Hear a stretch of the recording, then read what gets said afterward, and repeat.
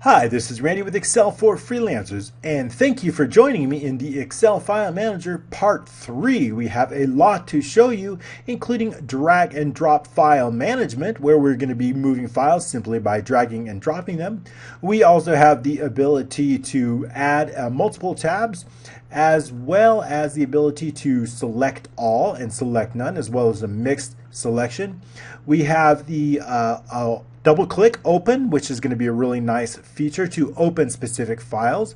We also have the ability to open multiple files on with an open button, as well as a dynamic icon within the open button there. We have as well as a default sort too. So we have a lot to get to. Let's go ahead and let's get started.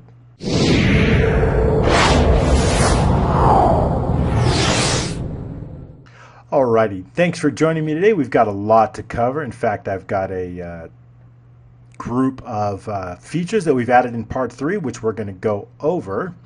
And the first of which is drag and drop.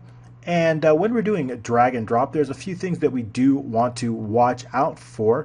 And that is when we're dragging from one cell to another, we want to make sure that the formats are saved or repaired, because when we drag one folder over, we've got some formatting issues that we've got to deal with, because we have specific formats in both the source and the destination that we need to make sure get repaired once we do that drag and drop. So that is a concern. We also have another concern that when the user drags a file or something, but they drag it into somewhere that they're not supposed to, we need to compensate for that also by using undo. So when we do that and they drag it somewhere we don't want them to drag it, the application must undo those moves so that they know to drag it only in the proper spots or the proper areas that we have set up for them. So we have to take into consideration that as well. So let's go ahead and go into the VBA, and into the Developers tab we go. Under Visual Basic, if you don't have that available, under the File menu, under Options, you can find the Developers tab, into the Customize ribbon, and then just make sure your Developers tab is selected there. Alt F11 will get you there as well. Now in the File Manager, as we pick up from both lessons 1 and 2, if you haven't seen those, I'll make sure to include links in the description, but we've added some additional coding here. Now here under S9 through X1000, we've added additional code, and we need to get some assurances there that we're actually dragging and dropping in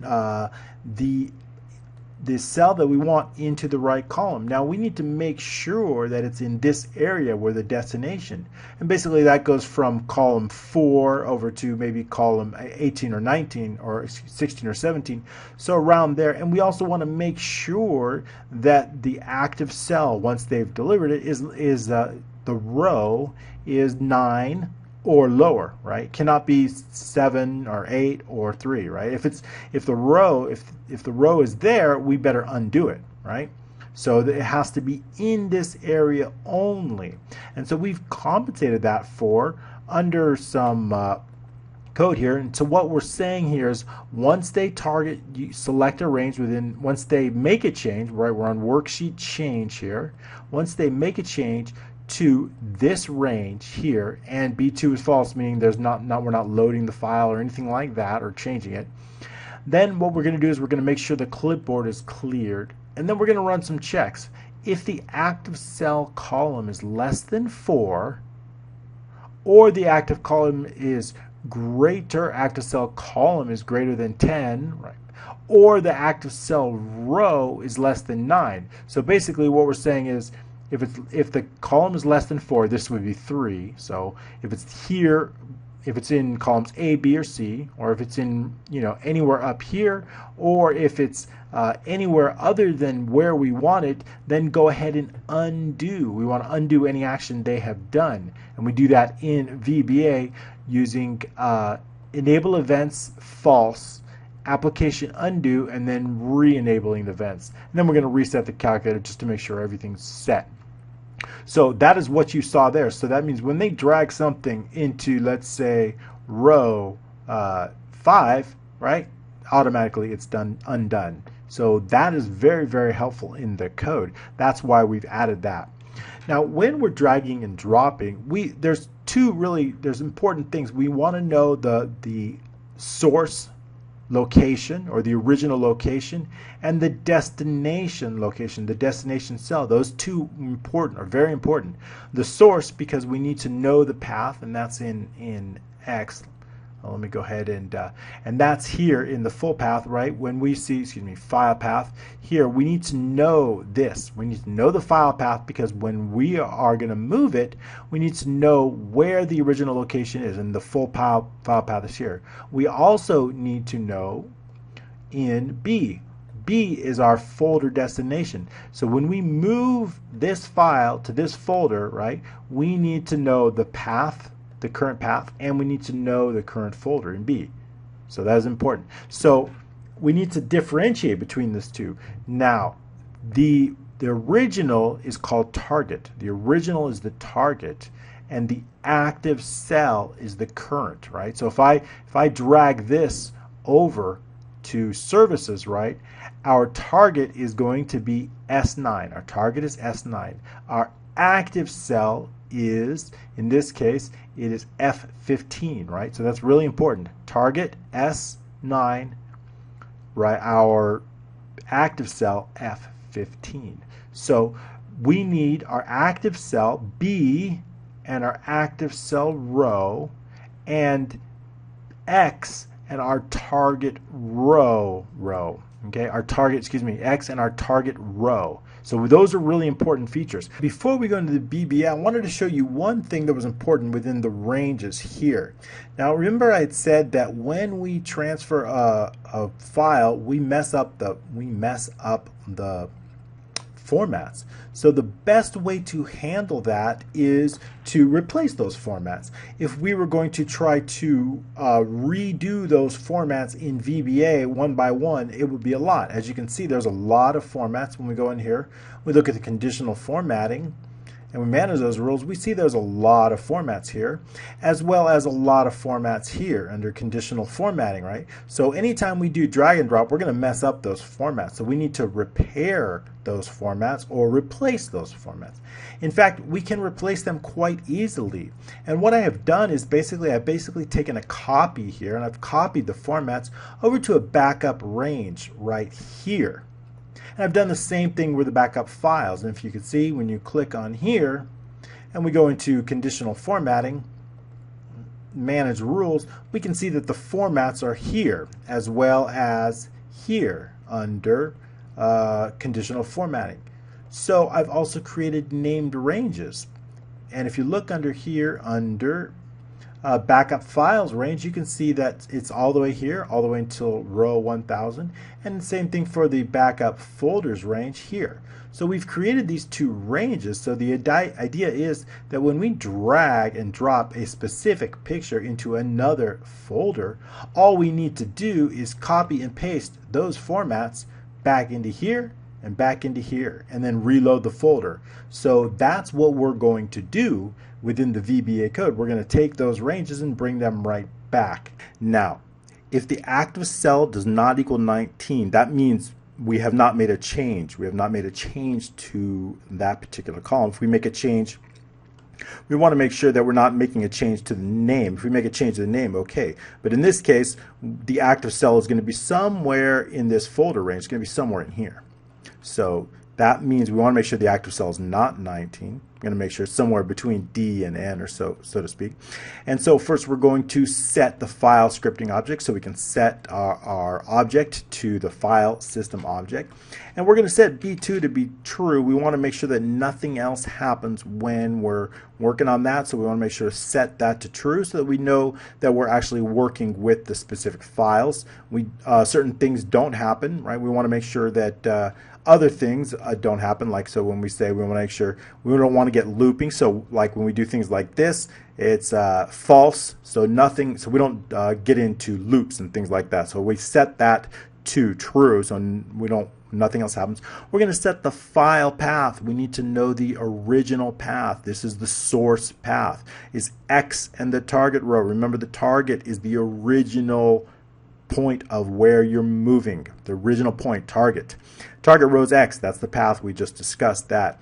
And now the new folder is the active. Remember, the active is destination. So the active cell row is in B, right? That's the new folder location.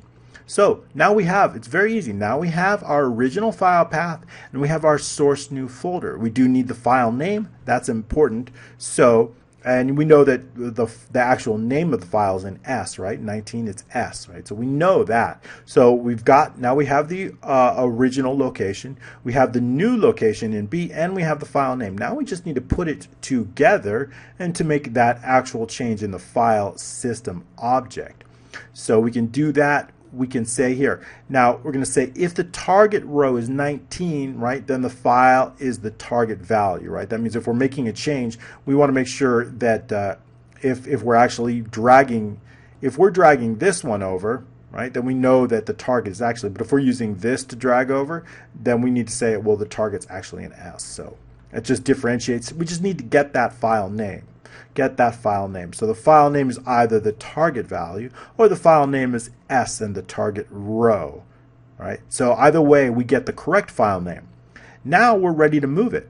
We're gonna tell it, okay, we want it to move, and we want to look at the file path. That's, remember, that's the one that's in X, and we have the new folder which is in B. And we're going to add in the /, and then we're going to add in the file name, and that actually moves the file. That's all we need. So this little itty bitty code does everything we need to move that file. Just a few lines to actually move the file. Now we got to do a few other things to make sure. We want to make sure that the active cell value, right, the file close. We need to make sure that we've closed that file in case we want to replace the folder here, right? We're going to replace the folder there. If we drag it into the folder, we want to replace that icon in case we messed up the icon. So we need to fix the icon, so we just put a closed folder there because it's probably closed. And so we've done that, and then now we're going to take our backup files range. Remember, we discussed it. We're going to copy that backup files range that I showed you before. We're going to reset the file formats. Let's go ahead and go, this is a macro. So let's go, basically, I think we put this in the folders, and right down here, files, move, maybe move. See where I put that, drop that macro. All right, under files, I should probably remember where I put those. All right, so let's go ahead and reset the file format. So all we do is, I'm going to remove that. Okay, so then we basically copy the files range. We're going to paste the formats. Then we're going to copy FR. That is the formulas. Remember, these are the formulas only.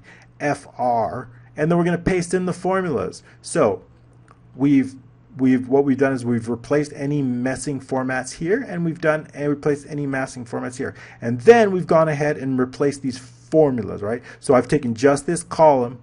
So all I've done here is I've taken this column here, FR, right? See those formulas, FR. Taken this column, copied that, and I've pasted it right here. In case there's any formulas that got messed up, we're going to replace them. So that replaces the formulas. So we've done that as well. Everything else replaces the formats and the formulas. And we've also done it for folders too. Let's go back into the VBA, and we'll just finish up on this particular macro under the Files Manager, the main sheet.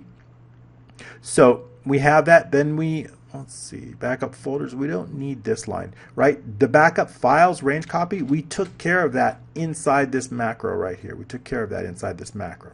So the only other thing, we could theoretically create a macro for this, but it's only 3 lines of code. So again, we're taking the backup folders, we're copying that, we're pasting the formats in, and then we're getting rid of copy and paste. Again, so all we're doing is taking the backup folders, right? If we look here, backup folders, here, copying that format and pasting it, taking D9 and pasting it right in there. That's it. That's it. So that replaces any type of formatting we messed up. And that is pretty much it for drag and drop, other than refreshing the folder. Then we have to reload the folder. So we run this macro. That macro hasn't changed. We had that in previous versions.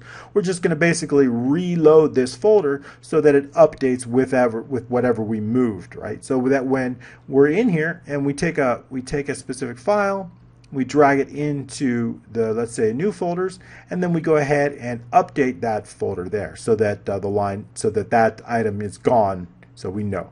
And that's it. That's it for drag and drop. I know that was an extremely you really wanted me to see me do that. It wasn't, there were some issues that I had to get over with as far as the application and making sure to undo. It's always tricky when you're dealing with drag and drop, especially when we have very specific formats. We have very specific formulas in this column and this formats here. So all of those need to be considered when using drag and drop. And I think we've accomplished that with the drag and drop. Let's go ahead and see what is next on our list of additionals. We covered drag and drop, and now let's go ahead and cover select all or select none. This is an easy one. This is just something that I kind of did in a placement, but I hadn't added it in yet until now. I wanted the user to one, select all quickly by doing this and selecting none, as well as the mixed icon when you select multiple but that are mixed. So we've got that. Let's go ahead and go over the code, and that is on selection change. Selection change, because we're doing some selections. So let's go down to selection change, which is right here. And under this selection change, everything under this line is selection change. So we have down of our code, it says on selection change, we have the ability to set here on selection change of, let's go ahead and select all, right? Select all. Q7. So we're going to say if we select Q, if there's a selection on Q7, then do some things. Okay. First of all, we need to get the last row. I need to know what the last row is here. In this case, it's 96, but we need to get that, determine that last row, and then basically what we need to do is we need to either A, select all, or select none. And what we're going to use is if this is checked, then uncheck all. If this is unchecked, then check all. So it's pretty much the opposite.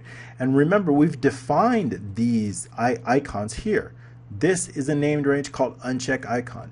This is a named range called check icon. So we're going to use that. It's going to be very helpful.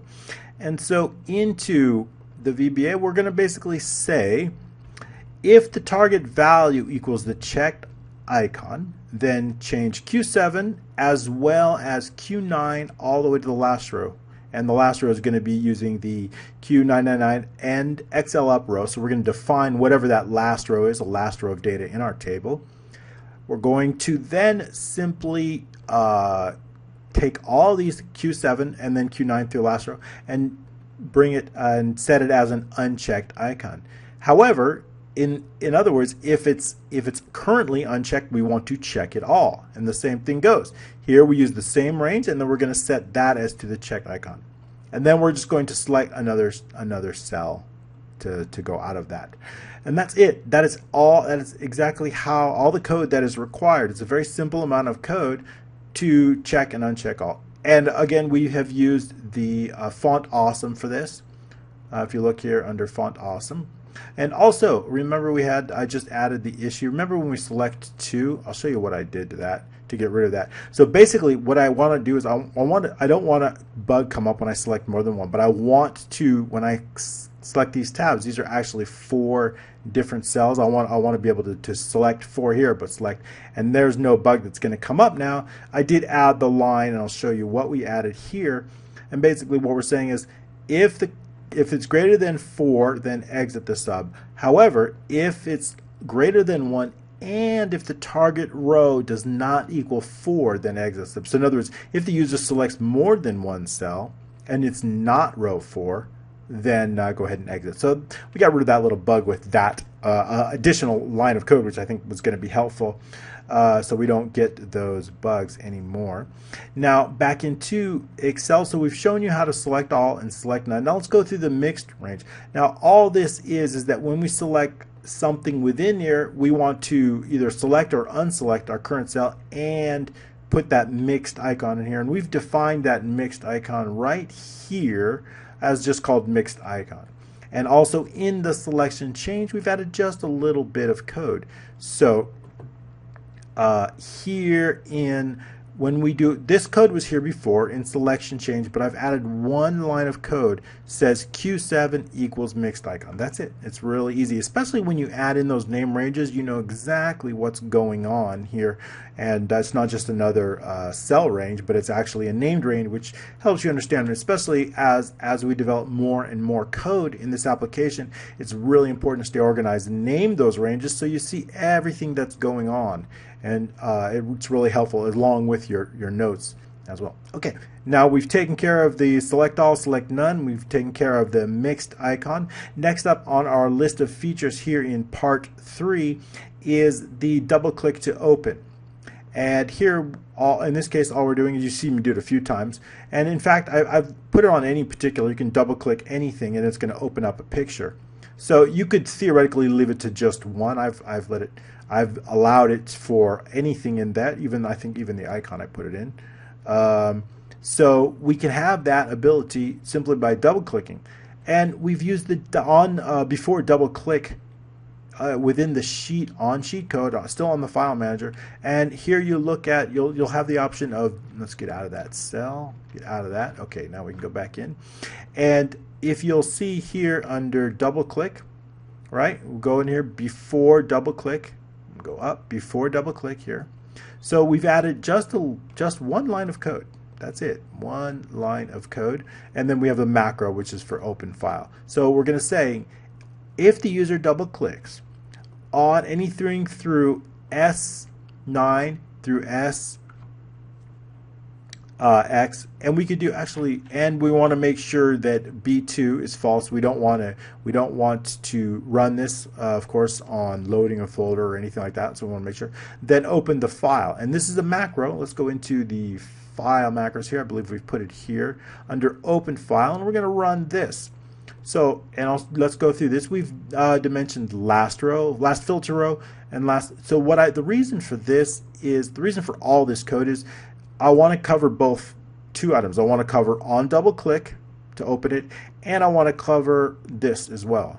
We also have code to open multiple files. So if I select both of these, I'm going to also run the same macro open file, but in this case we're going to open two. So we need to know, are we opening one or two pictures or multiple pictures, right?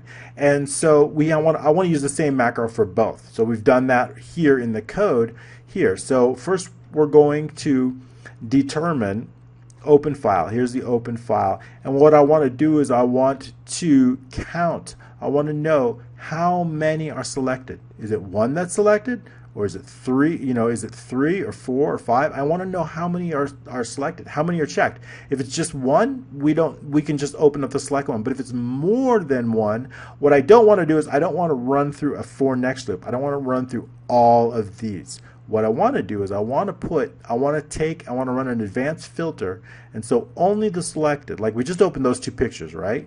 So I ran an advanced filter with code. I put the check mark as the criteria, and it returned those two pictures. See? So our results. So now all I need to do, once we run the filter, now all I need to do is run a for next loop for 2 items, not the entire list. So the advanced filter is super powerful. We went over that before. So I ran an advanced filter. Now I just have to open this one and this one, right? So we've got the path here. That's all we need. So that's what I did. So when it's multiple, but we need to know how many checks, because we're going to run this application worksheet function countif. This is the same countif formula that we use within Excel as well. We're going to count the range, right? Here's the range that we're counting, and we're going to say we're going to only count items that include the check icon. And we're going to say if this is greater than 1, then we need to run through all of this. Let's go ahead and tab that out so we can separate that. So if it's greater than 1, we're going to go through our advanced filter, and we're going to filter now. But if it's only 1, all we need to do is one line of code. We need to go take the active cell, that's the cell that whatever their cell they're on. X is the path, right? Remember, this is the file path, and just open it. So this is how we do it if there's just one that's selected, and this is how we do it if there's multiple. If there's multiple selected, what I want to do is I want to get the last row of data, right? Determine the last row of data. I want to run an advanced filter. I want to use this check mark as the criteria, and I want to return all of those items with the check mark here. That's what we're going to be doing through the code. So here we determine the last row. We clear any previous filter, so we're going to clear out all this data. We want to clear this out, right? Because we don't want any remaining or any from maybe an old filter. We need to clear all that out, and so we do that using the clear contents. And then what we do is we add our icon for filter, and we're going to add that BA3 is the check icon. So we want to put this icon here. This is our only criteria in this filter here, right? BA3, this is our criteria. Advanced filters are so important. If you learn one thing, learn advanced filters. It took me a long time to realize how powerful they were, and once I did and use them, it speeds up your code. It's magic. Advanced filters are probably the best thing I've learned in a long time. So we're going to set that criteria, and then all we need to do is run our advanced filter. This is our original data, Q8 in the last row. What are we doing? We're running the advanced filter. What type of filter? We're going to copy this to another range. We want it in another range, right? And we're going to use this as our criteria, BA2 through BH3. In fact, our criteria is only the check. And our results, where are our results going to go? CA2 through CH2. And then we want unique values. So our results right here, right? Our results are right here, CA2 through CH2. So now we have our results, our advanced filter run, we have results. We're going to start it at row 3. We're going to first determine the last row. We need to determine the last row of data, right? So we're going to use the endl_x up to determine, in fact, in this case, our last row is row 4. We're going to start at row 3, go to our last row, run a loop, and then just pull this data and use our open URL to open, we're going to use follow hyperlink to open these two using that. And that is how we're going to do it through the code. So when we go back into the code, we've run our advanced filter. Now we need to know the last row of our filter, which is in CC. Remember, in this case, it's 4. We need to know the last row of the results. We're going to run our loop, and this is a very simple loop. We're going to say from 3 to the last filter row, take CH, remember, is our file path. We're going to follow that hyperlink. That's it. That is all you do. The else was for just on double click, right, when they're just selected one items. If they select one items, this will also work too. And that's it. That is how we open the file through both single and multiple. So it's a really, really powerful feature. And also, if you notice here on our open, look how let me pull in a folder where we can see multiple file formats. Here we go. Let's choose a different one. I like this one right here. Okay, so this one we have 3 different formats. So when we select here, you see our open changes the icon. But if we select here, it changes to a picture. And if we select here, it changes to the little movie icon. Now, how do we go about doing this? Well, when I assigned the name to this button, I used a dynamic name based on a specific cell. And that cell is AP5. AP5. So that means whatever's in AP5, this is going to be the text of that. And so AP5 will contain open and the icon. AP5 here. Okay, so it's based. So whatever change this. And AP5, you see there's no formula on this. We just use a very simple code. And I'll go over that code with you. And that's based on a selection. So here, let's go back into the file. Let's go back into selection change on the file.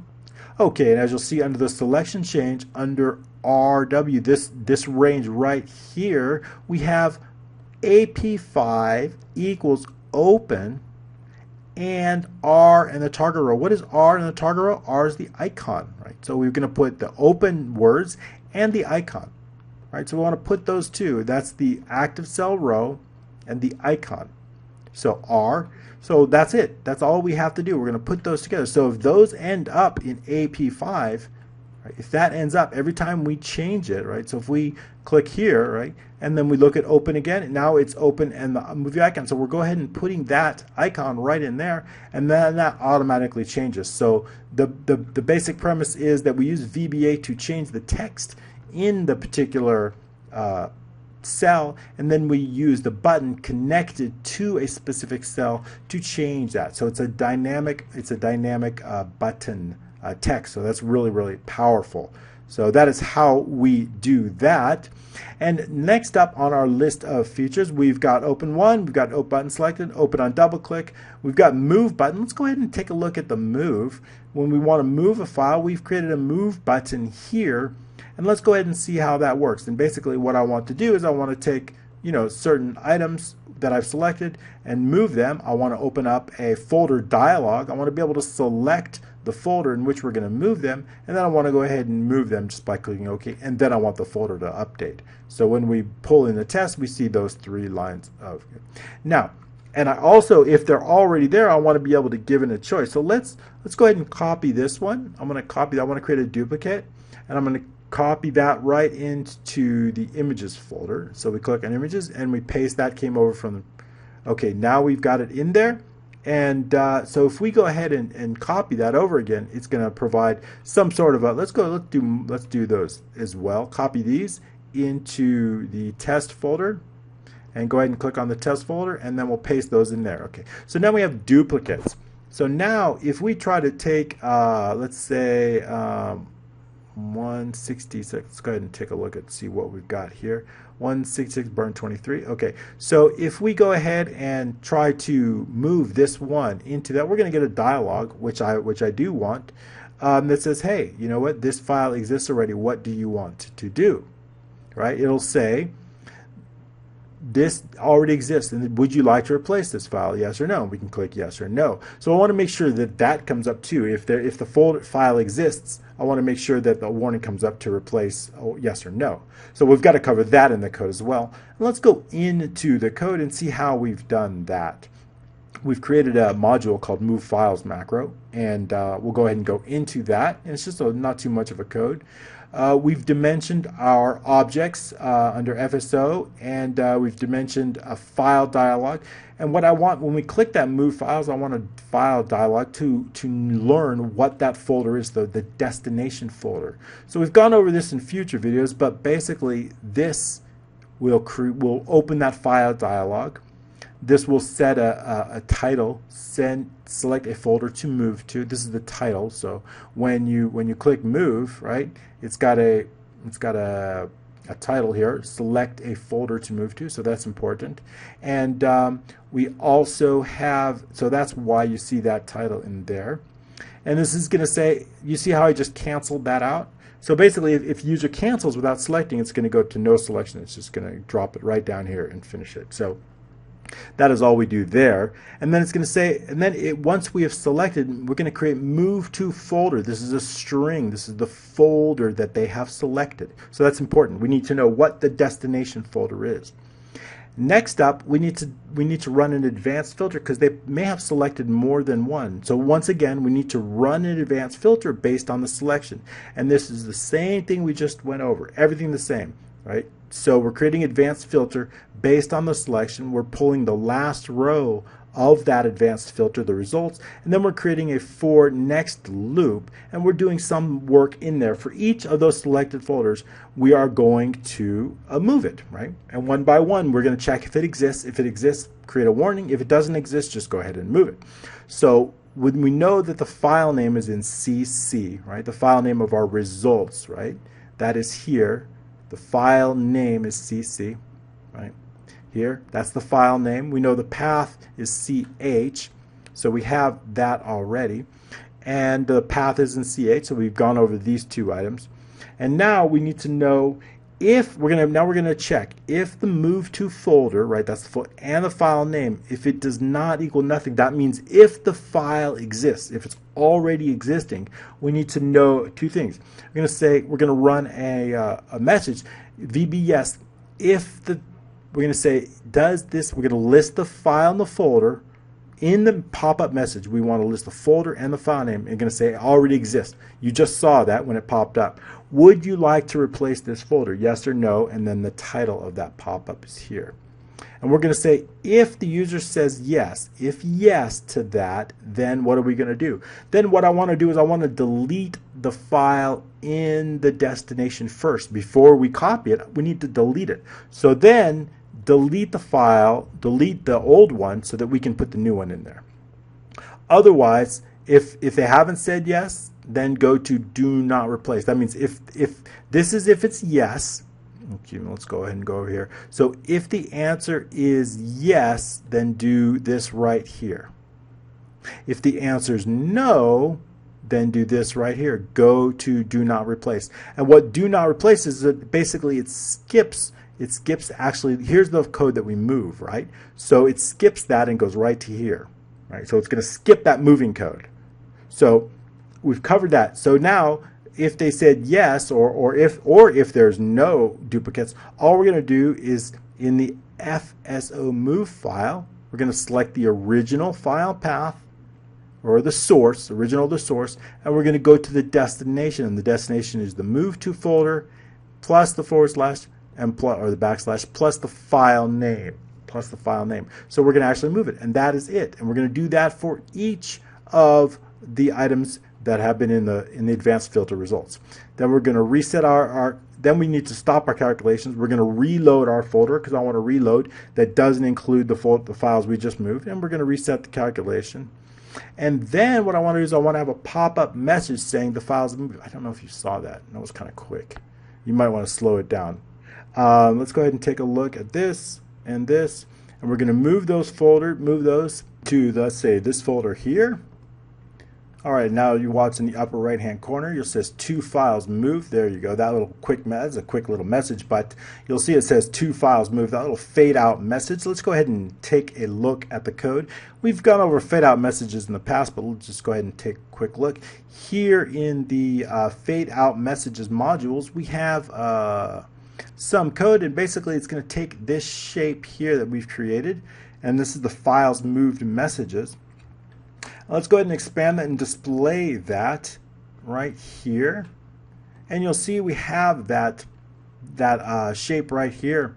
And again, this shape is based also on a specific cell. When we have dynamic contents of a cell, in this case it's dynamic, it tells us how many files that were moved, that 2 number is going to change. So that's a dynamic content. When we have that, we want to base the text of that shape on a specific cell, and then we can change the text. So if we go ahead and look under AM2, we see AM2 here. We have 0 files moved. This tells us how many files. We'll use VBA, and I'll put how many files were moved right in here. And then so I can change this text. It says AO3 is nothing, then make it 0 files moved.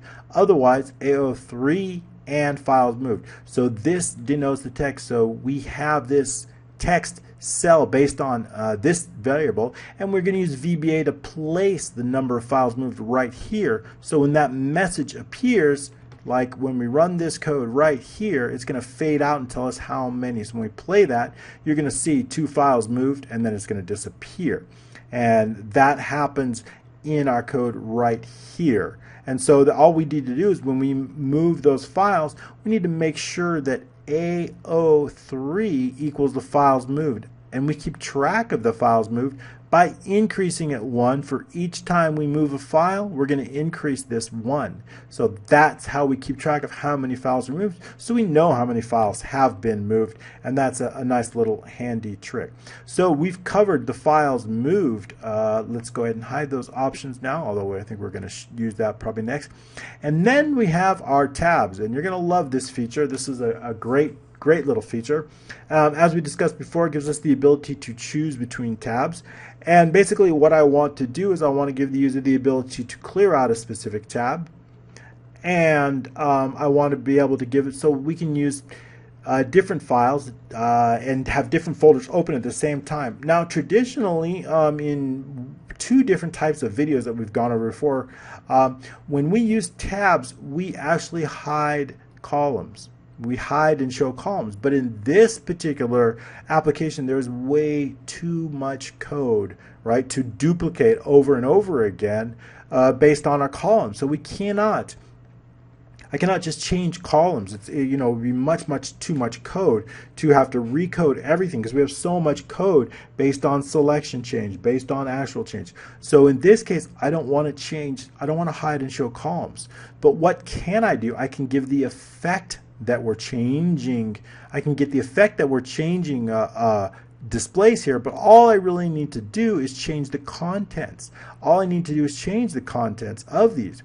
And what I need to do is, like, for example, if we open a folder, right, I need to know this folder and I need to have it remembered. So when we go to another one, right, and we go back, I've got to be able to pull all of the data exactly as it was displayed before. So if we're on here and we browse to, let's say, Premiere Pro, right, and I go back something and I go back, I need to display exactly where we were on, exactly where we were on. So what I need to do is I need to save this data, right? I need to make sure that all this data on either of the 4 tabs, this information is saved somewhere, right?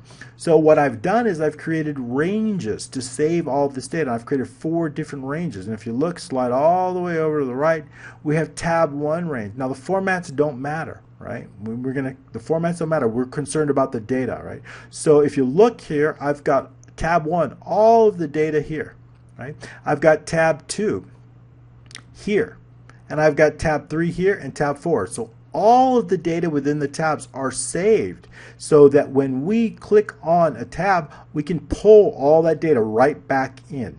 So if we change it, so every time, so that means when I exit a tab, I need to make sure to take, so for example, right now, let's look at, this is tab 2, right? And right now it's on test, and we have some files here. But on tab 2 here, tab 2, it's not the same, right? We have some images. Here's our folders. Here's our tab structure right here. Here's our file names, 166, 166, clip, and line, right? So we've got, those are the file names, right? And we have, let's go ahead and pull something up that's very different so that we're clear. Okay, this one's very different. Okay, so tab 2, we have a list of files, right? Now what I want to do is when we exit that, now tab 2, we're still back on images and things like that, right? But when I exit this tab and move to either another tab, I need to make sure that all of this folder structure is saved just the way we have it, and I need to make sure all of this file structure is saved. So when we exit it, right, now we're exited, I need to make sure that this range, tab 2, right, gets updated with everything else. So when we come back, it gets entered. And you can see here, right here, is all those files just as we had it, right? Just as we had it, right? So now it's showing, let's go ahead and expand that so you can see it. So remember, there's the file, right? This just changed as we exited that. And don't worry about the different font sizes. That doesn't make any difference at all in this because we're just focused on the values here. We don't care about formats. We're not worried about formats or anything like that. We're just care about the actual values, the actual text inside it. So you see, as soon as we exited, this updated. So the idea is, so now we're on schedule. So now if we go ahead back into, all we need to do is take this data from tab 2 and bring it back into our main section. So each time we exit a tab, it saves it. And then each time we close a tab, let's go ahead and close this tab. Each time we close a tab, it removes it, right? So back into tab 2. Tab 2 is going to remove it as soon as we click a plus, it's going to update, right? It updates that. Now it's going to go back to documents. So now we have it cleared. Tab 2, it's going to, well, actually, as soon as we exit it one more time, as soon as we exit it, it's going to update it. Exiting live tabs will update it. Okay, go back into 2, and we see it's all been updated, right?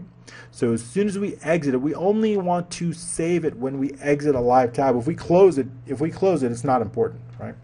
So let's go ahead and go over how this was done because it's a really great trick and it works really well, and we're able to add and update.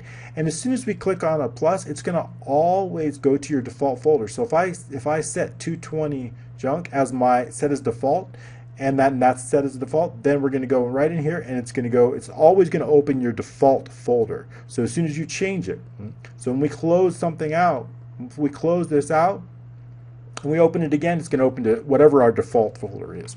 So it's a really handy. So by changing your default. And let's go ahead and go into the code. And then I've used conditional formatting, right? I've used conditional formatting to change the colors. It's super simple to give it that tab effect. And I've blended the conditional format, blending the color into the tab. And so what I want to know is, I've got 4 tabs, right? I want to know which one's open. So I've saved the open tab right here into this cell right here, AN5. This is always the open tab. So if we change this to 1, right, conditional formatting is going to update it automatically. See, conditional formatting changes that, right?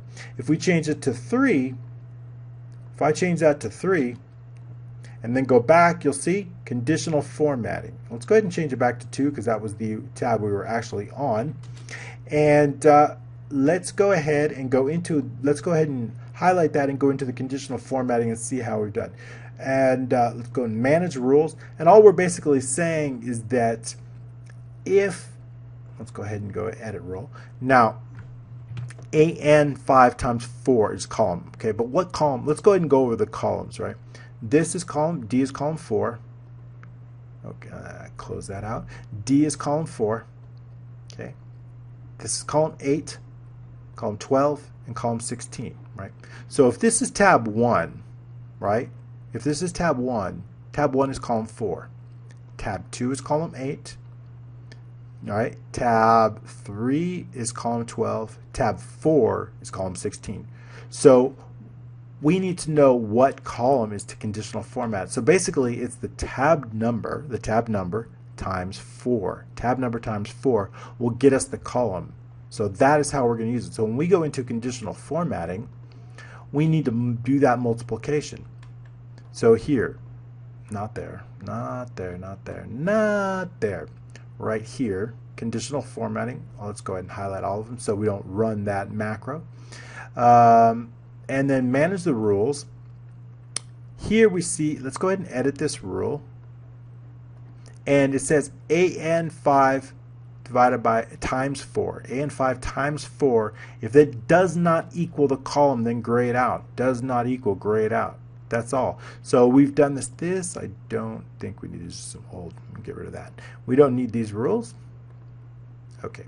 So basically, I have simply said all of the cells have this color. However, if the column is not equal to the tab, remember the tab number's here, AN5.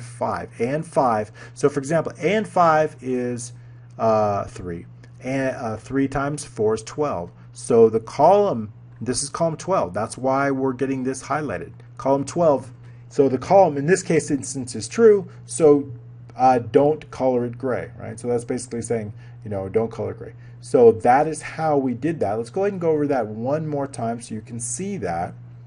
And basically we've used D4 through R4 as our entire range. And it's going to say if AN4 does not equal the column, color it gray. So 3 always are going to be grayed out. 1, whichever one, is going to be out. If we were,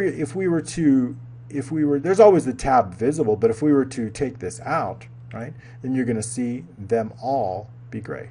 Right, see? So that is how we use conditional formatting. It's a great little trick, and I urge you to use it yourself.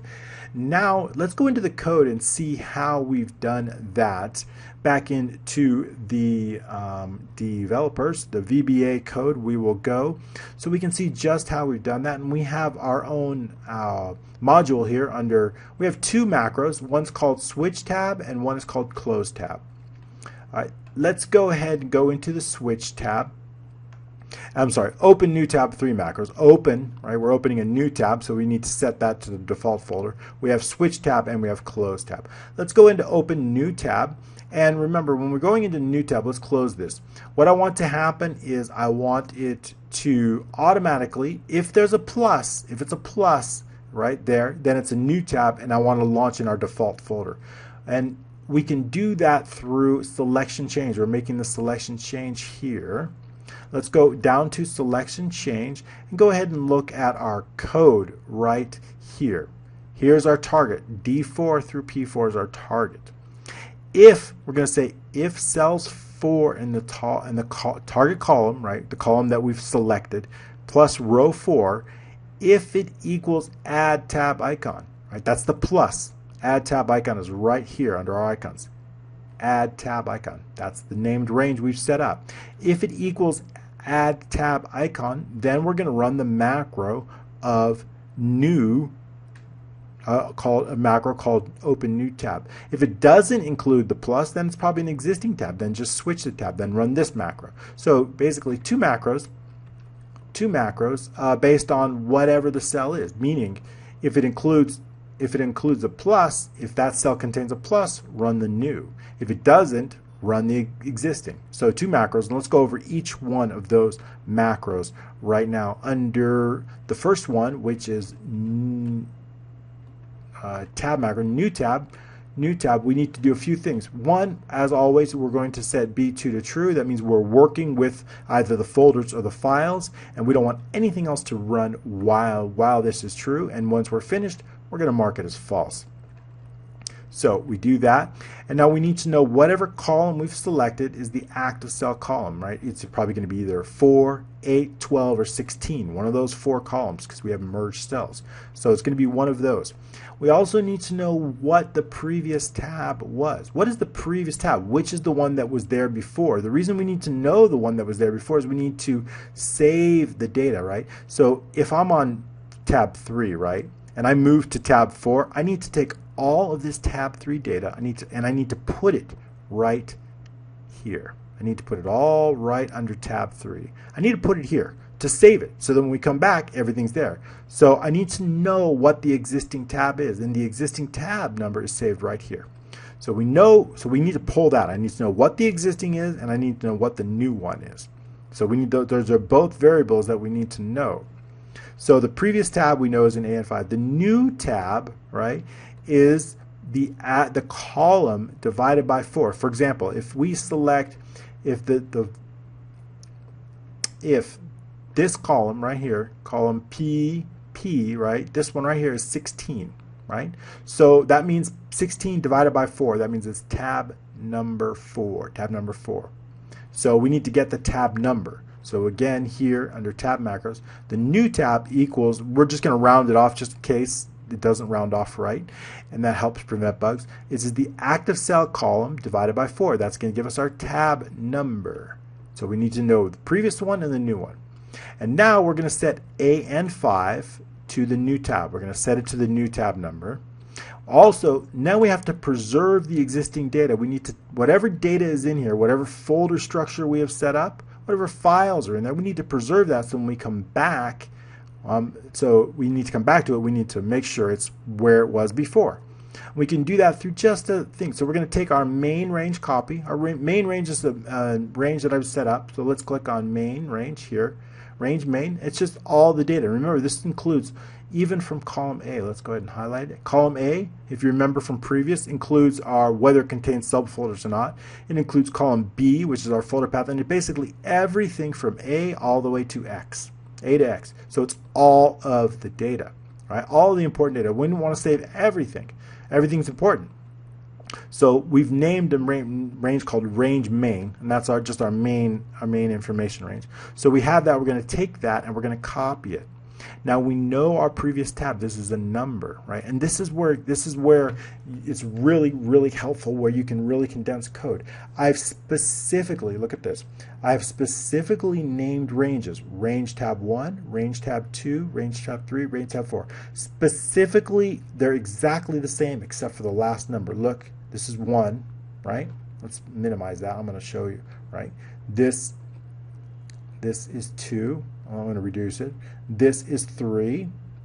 So I've named these ranges very specifically because what I want to do is I want to take, we know the existing tab number. Okay, let's zoom back out and get back to 100%.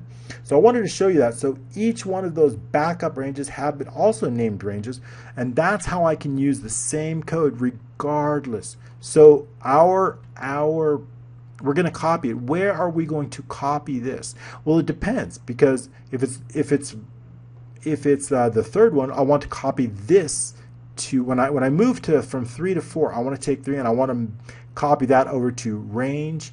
I want to copy that over to range tab 3, right? Range tab 3 is where I want it copied over. So we've got the 3. We know it's the previous tab is 3.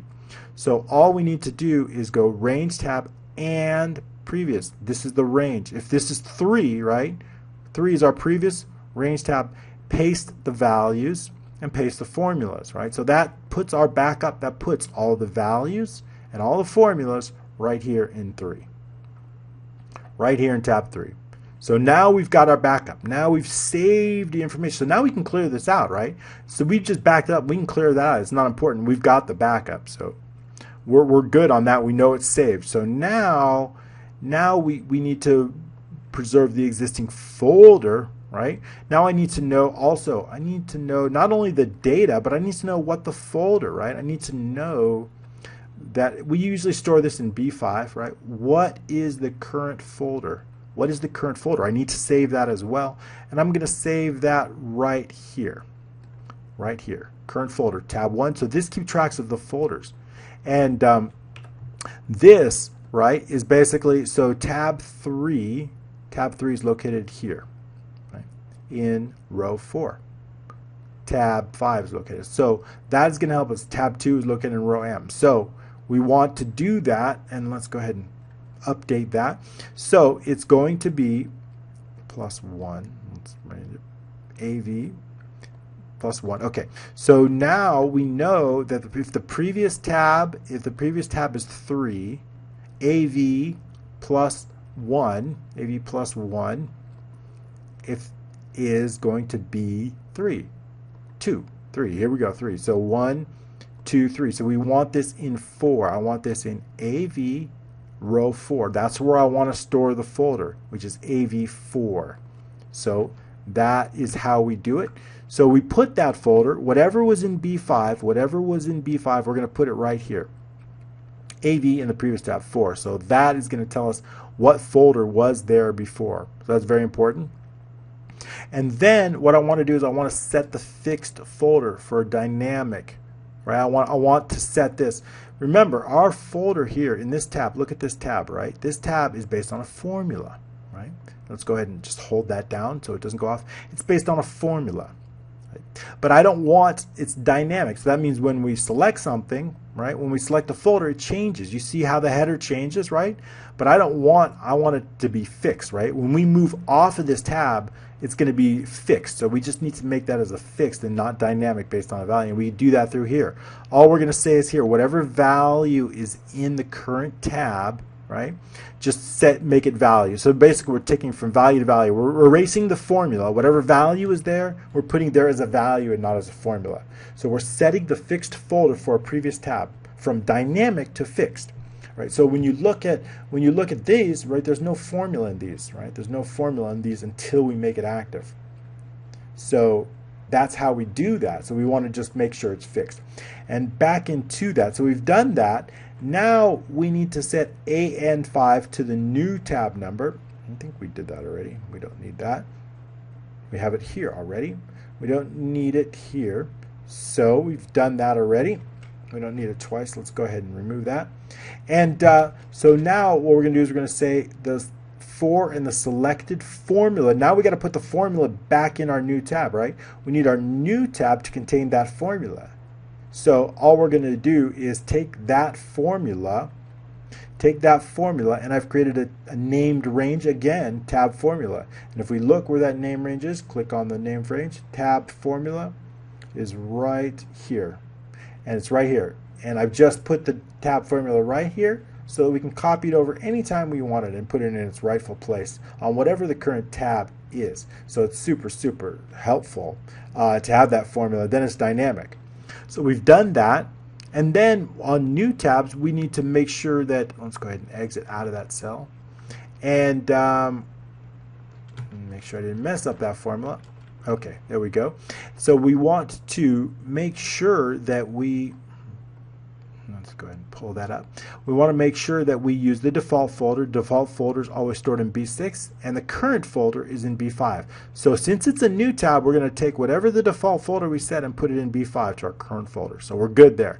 we're going to clear all of the contents out of our folder structure and our file structure, clear out all that because we don't need that anymore. And then what we're going to do is we're going to, again, get rid of that. Lots of duplication here. Okay, so then we are going to set our new folder location. Okay, we've done that already. And get rid of that. And so we're going to do if the selected column is greater than 4, it means is that columns 2, 3, and 4 get close icons, but column 1 doesn't, right? Because we're not going to close. This is our main column. But we do want to give the user the ability to close 2, 3, and 4, right? So that is why we're going to use an if statement. And let's go back into the VBA so we can go over that if statement. If the selected column is greater than 4, then do the following. With the sheet closed with one close button, going to set it to visible, that little close icon you saw, and then we're going to place that. We're going to place it on the left of whatever column, whatever the selected column is, and then we're going to move it over a little bit to the right. So if this was, let's go ahead and go over that. If when we click here, right, I want it, if this was, we're going to, let's go ahead and show you exactly. If we didn't have that increment 52, it'll be placed just to the left of L. But the 52 adding increment will place it all the way just to the right of that. So it places it just right where we want, right in the upper right hand corner. So not only do we display it, but we move it. And this right click, and you see this is called close tab button. That's the name of this shape. And I've assigned a macro to it. If you click on it, you can see it's been assigned the macro called close tab. So that's what we're going to show you next up. And let's go ahead into the VBA. So we've displayed the shape, and then we're basically saying if it's not, if it's not, the column is not greater than 4, then hide the button. Hide the button if it's not. Meaning, if we click here, show the button. But if we click here, hide the button. See, there's no close button. So we only want that displayed on 2, 3, and 4 tabs. So that is how we've displayed it there. And the rest is we set B2 to false, and we selected just some other cell, and then we reset the calculation. So that is it. That is all we need to do to switch tabs. And once again, basically what we're doing is when we move from one tab to the other, we're going to take whatever information is in the folders and the files, we're going to go ahead and move it over to its temporary holding place over here. And when we come back to the tab, we want to load whatever's in there, unless it's a new tab. If it's a new tab, right, if it's new, we don't need to load whatever data is. We just need to load whatever the default folder is in the default, and currently it's set to this. So if we reset the default, again, set it as the new default, and then we go in, close it, a tab, and we reopen it, it's going to go to whatever the default was set. So that is how we do that. And next up, we have close tab. So we have covered that. Let's go ahead and go into close tab. Is down here at the bottom, close tab.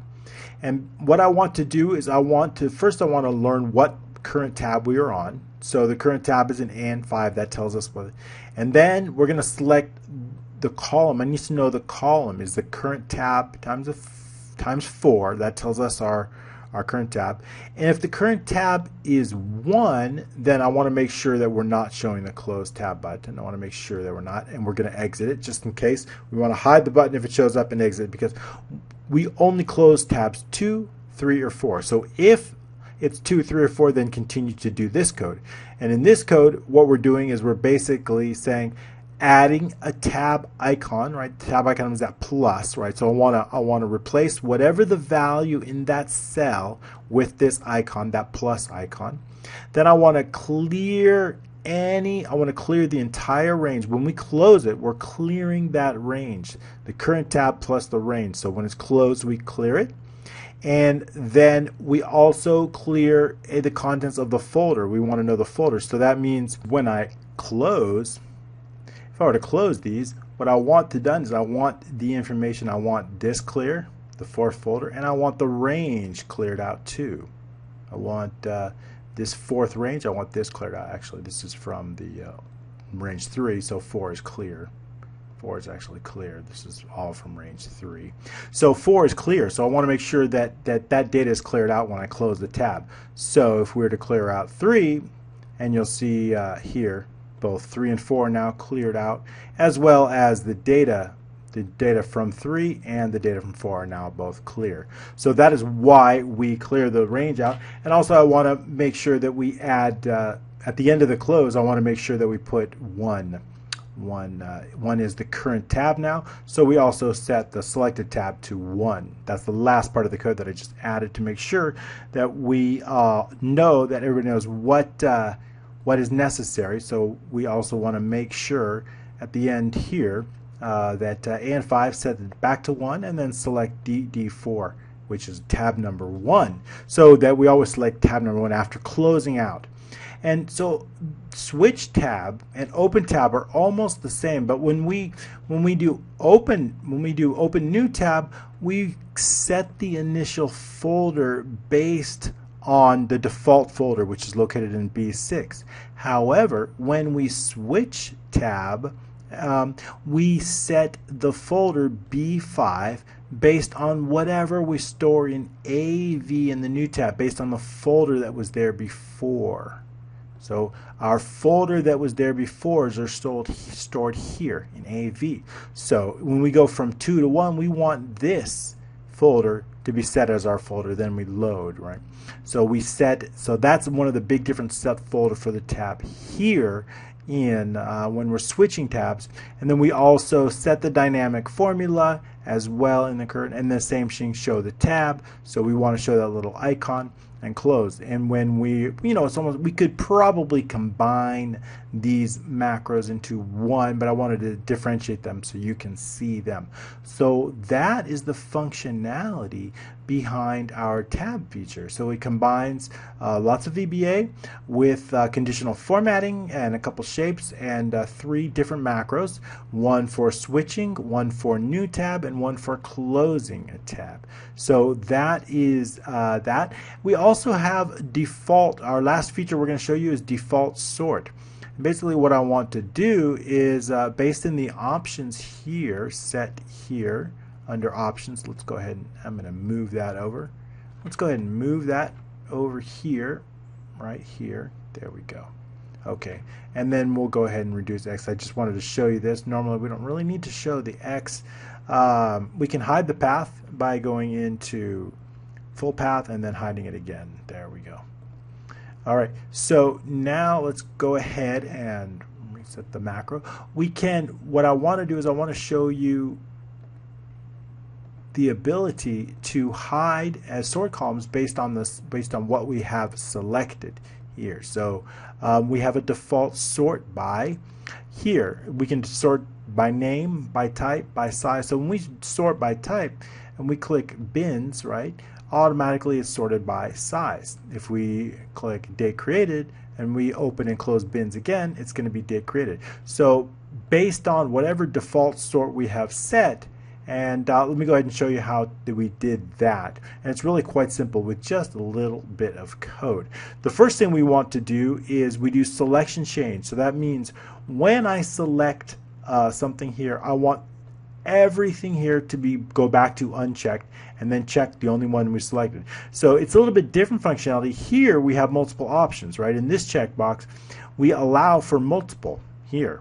But in this one we don't allow. We only allow the user to select one at a time. It's an either or, not multiple. So we do that through the VBA, and we'll go back into that so we can see on selection change how that is done under the file manager here. And then what we're focused on is Z17 through Z22. And then we're just creating a macro called set default sort. Set default. So everything is controlled here. If the user makes a selection change here, things happen in the default sort. Let's go ahead and go into the sorting, and I've set default sort. It's just a few lines of code. We need to know the sort row, and that's whatever row they've selected. We need to clear out from Z17 through Z22.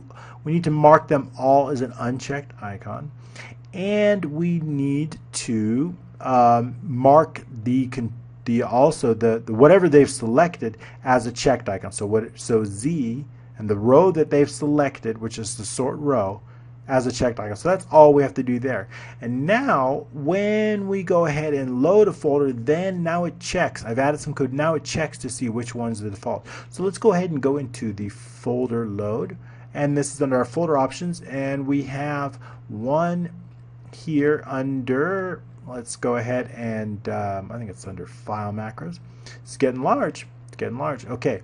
So we have it under, let's see, delete folders, open file, folder. Let's go ahead and pull that. Okay, so here, right here, we have, if, let's go ahead and check for that sort under, oh my God, I'm gonna edit this shit out.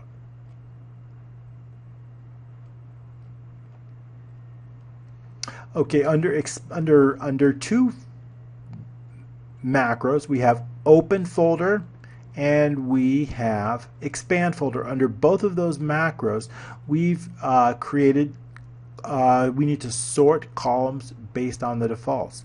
And what we're going to do is we're going to find whichever column contains the check, whatever within this range, whichever one contains the check mark.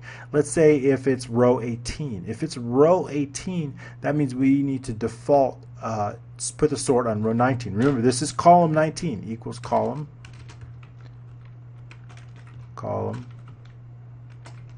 19. Okay, so this is column 19. So if I should say this is 20, column 19 and 20. So if we've set the default as type, which is 18, that means we need to sort column 20, right? See the relationship? If size, which is 19, row 19, size is column 21. So basically we need to add 2 to the row. And so that's just what we've done within the code itself. Back into the code. First we define the sort range as Z17, and we need to run the find. We need to find that check icon. Where is it? Right? So we're going to find it. Now if it's found, then do the following. For each column header, right? For each column header, we need to clear out, right? This, all it does is it clears out any icons, any sort icons. You remember this from our sorting. All we're doing is replacing these sort icons with nothing. So we're going to clear out. So basically, I want to clear out any icons here. I want to clear them all out. So for example, if we have it on type, right? But let's say, if we have it on size, right? But our default is type. Now when we click on bins again, open it and close it again, I want it to go back to type, and I need to make sure that it's been cleared out from all the others. So we just clear out any icons that are there, any sort icons, and put it in its proper place. And so in our code we do the same thing. We replace sort number 1 through 9 with blanks. So we just remember that's all it does. And then what we're going to do is the sort range row. Remember, if it's row 18, if it's found, right, sort range is the range, and it's found on the row. So if it's found on row 18, we're going to select column 19. Select, what does select do? Select sorts it, right? Select sorts it. If we click select, it sorts it. If we click select, it sorts it. So we clear out all the icons, and then all we have to do is select. So this tells us what column to select, so that when we open a file, right, it selects really quickly, and then right. So if we change it to date created, and we unselect it and select it again, it's going to automatically select date created, and it's going to automatically run the sort simply by selecting, and simply by, remember, because selecting a column sorts it. So all I need to do is know which column to select.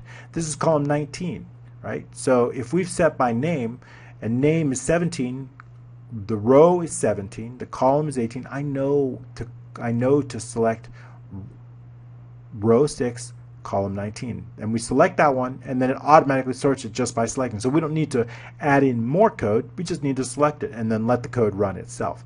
That's all we need to do. And we've added this for both expand folder and open folder. So you see in the expand folder, we have the same code here. So that code was added in, and that will sort based on the default folder. All right, that is it. Let's go over real quick. We've created a drag and drop that gives us the ability to drag items into multiple folders just simply by clicking, dragging, and dropping, and it automatically moves folders.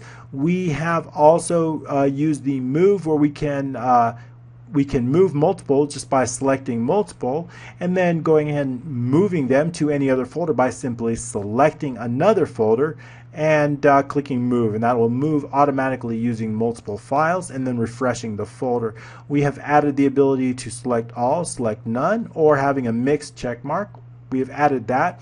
We have added the double click to open simply by double clicking it. And we have also added open based on multiple files by clicking multiple and then clicking open. So we've gotten that covered with the multiples. We have covered how to create a dynamic button based on the picture, based on the icon. So we covered that. We have also covered the tabs, opening, closing, and switching tabs. So we've covered that as well, and the default sort. So that is it for part 3. I hope you've liked it, and I always appreciate your shares.